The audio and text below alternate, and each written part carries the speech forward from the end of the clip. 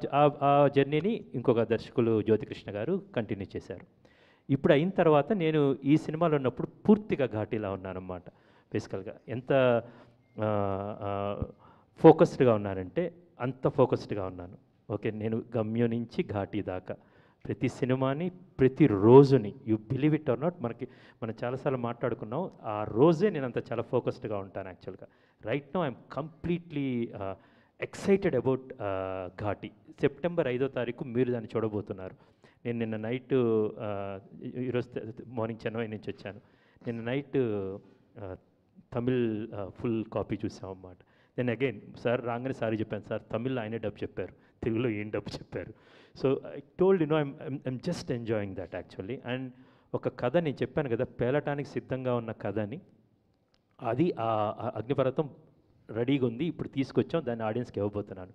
So at this moment నేను చాలా ఎక్సైటెడ్గా ఆడియన్స్కి ఈ సినిమాని అందివ్వడానికి రెడీగా ఉన్నాను. ఆల్ ది వెరీ బెస్ట్ కదా పెట్టింది కృషి గారు. ఘాటీ ప్రెస్ మీట్ ఇది, దాని గురించి మాట్లాడదాం. 100% ఆల్ ది వెరీ ఇంటర్వ్యూ అడిగావు కదా, ఇప్పుడు డిసైడ్ చేశాను నేను చేయను. కృషి గారు ఏం చేయరు బాబు? కృషి గారు ఇంటర్వ్యూవా? కృషి గారు హాయ్ సార్. హాయ్ కృషి గారు. నమస్కారం అండి సార్. కంటెంట్ అంతా చాలా బాగుంది సార్. మీరు ఎంత ఎగ్జైటింగ్గా ఉన్నారు, మేము కూడా ఈ సినిమా చూడడానికి అంత ఎగ్జైటింగ్గా ఉన్నాం. ఎందుకంటే ఆ కొత్త అంబియన్స్, ఆ లొకేషన్స్, ఇంతవరకు టచ్ అయిన లొకేషన్స్ని చూడడానికి చాలా ఇంట్రెస్ట్గా ఉంది. ఇప్పుడు మీరు స్టోరీ రాసుకున్నప్పుడే, హీరో క్యారెక్టర్ రాసుకున్నప్పుడే ఆవిడ పేరు బ్రాకెట్లో నోట్ చేసుకుని చెప్పారు. మేబీ కరెక్ట్ కావచ్చు. బట్ మాకు అనిపిస్తుంది ఏంటంటే, అనుష్క గారి పక్కన ఇప్పుడు ఇలాంటి క్యారెక్టర్లో, ఇలాంటి సబ్జెక్ట్లో, ఇలాంటి సినిమాలో హీరోగా చేయడానికి తెలుగులో ఎవరైనా రెడీగా ఉండి ఉంటారా? ఎవరు ఉండరనే ఆలోచనతో మీరు తమిళలోకి వెళ్ళారంటారా? నేను కేవలం నేను ఈ సినిమా రాస్తున్నప్పుడు ఆయన గజరాజ్ అనే సినిమా చేశాడు, టానాకారన్ అనే సినిమా చూశాను, ఇరుగుపట్రే అప్పుడు నేను చూశాను యాక్చువల్గా. కొంతమందితో వెళ్తున్నప్పుడు మీరు నా ఫిల్మోగ్రఫీ తెలుసు మీకు.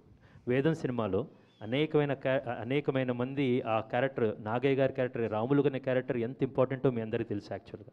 ఓకే, నాకు ఆ కథకి ఇన్స్పైర్ అయిందే, నేను ఒక చిన్న పిల్లోడు అమరావతి నుంచి వైకుంఠపురం దాటి విజయవాడ అమ్మవారి వైపు వెళ్తున్నప్పుడు అక్కడ ఒక చిన్న పిల్లవాడు ఒక ముసలతను చేయి పట్టుకొని లాక్కెళ్ళటం చూశాను. That's the last frame. వేదం అనే సినిమాలో అక్కడే ఫిల్మ్ బై క్రిషన్ వేశాను.